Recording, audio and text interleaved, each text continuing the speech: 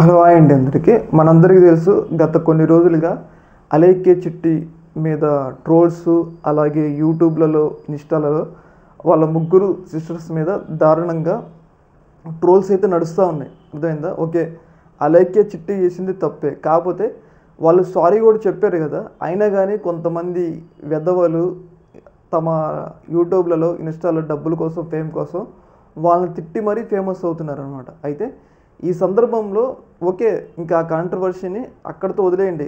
మరి ఎందుకు అంత ఘోరంగా తీసుకెళ్తారు? పాపం ఇప్పుడు అలేఖ్య చిట్టి పికల్స్ అంటే మాట్లాడలేని స్థితిలో ఐసీయూలో ఉంది.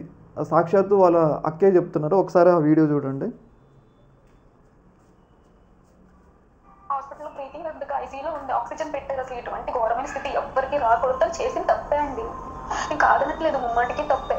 తను చేసిన తప్పకి రియలైజ్ అయ్యి సారీ అడిగింది కదా, యాక్సెప్ట్ చేయొచ్చు కదా. పెద్ద వీడియో చేసే స్థితిలో లేదు తను ఆ రోజు. అయినా కానీ సారీ అడిగి వీడియో చేసింది. కానీ ఈ రోజు ఆ వీడియో కూడా ట్రోల్స్ చేస్తున్నారు. మీమ్స్ పేజెస్ వాళ్ళు, ట్రోల్స్ పేజెస్ వాళ్ళు, ఎవరైతే ఇన్స్టాగ్రామ్లోని, యూట్యూబ్లోని థంబ్నెయిల్స్ పెట్టి మరి చెప్పలేనండి. మొన్నే మా ఇంట్లో కూడా డాడీ చనిపోయారు, 3 నెలలు కూడా అవ్వలేదు ఆయన చనిపోయి. ఇంక ఈ బాధ తట్టుకుని ఓపిక చెప్పి కూడా మాకు లేదు. ఇంకో చావు మా ఇంట్లో జరగొద్దని నేను కోరుకుంటున్నాను. ఆ పిల్లకి ఏమవుతుందో అనిపించింది. పచ్చళ్ళ బిజినెస్ వద్దు, యూట్యూబ్ వద్దు, ఏమొద్దు, అది సేఫ్గా ఉంటే చాలు. ప్లీజ్ మీకు దయచేసి రిక్వెస్ట్ చేస్తున్నాను. ఈ ట్రోల్స్ మీమ్స్ ఏమైతే ఉంటే కొంచెం ఆపండి, మిమ్మల్ని రిక్వెస్ట్ చేసుకుని అడుగుతున్నాను. ఇటువంటి సిచ్యువేషన్లో కూడా ఒక 4 రోజుల నుంచి కంటిన్యూస్గా ట్రోల్ చేస్తున్నారు. పెట్టిన రోజు మీరు రియాక్ట్ అవ్వలేదు అన్నారు. పెట్టిన రోజు నుంచి ఆ పిల్ల టెన్షన్లో ఉంది, ఏం జరుగుతుంది ఏంటి అని కూడా అర్థం చేసుకోలేని స్థితిలో ఉంది. మీరు బయట కనిపిస్తే అది చేస్తాం, ఇది చేస్తామని చెప్పి ఇన్ని మాటలు అన్నారు. అపాలజీ వీడియో అయితే మేము చేయించాము.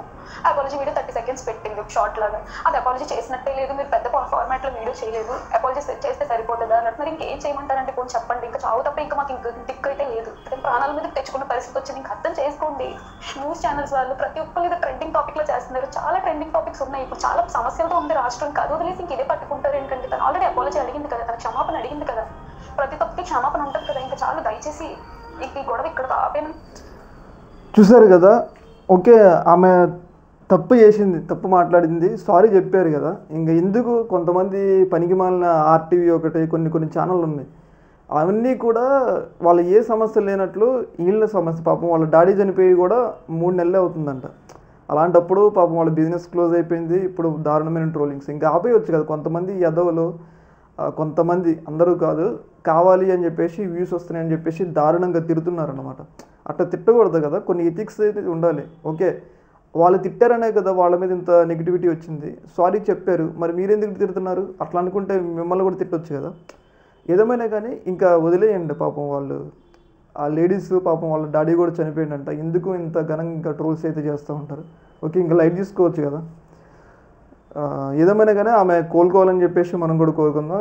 అంటే ఇంకా ఏంటంటే డిప్రెషన్, పూర్తి డిప్రెషన్, అటు బిజినెస్ పోయింది, ఇంకంతా హాస్పిటల్లో ఉందన్నమాట. చాలా ఘోరం. ఏంటంటే ఇంకా వదిలేయండి, ఈ ట్రోల్స్ అనేది వదిలేయండి, లైట్ తీసుకోండి అని చెప్పేసి కోరుతున్నా. ఈ యొక్క ఇష్యూలో మీ యొక్క అభిప్రాయాన్ని కింద కామెంట్లో తెలియదు. Okay, thank you.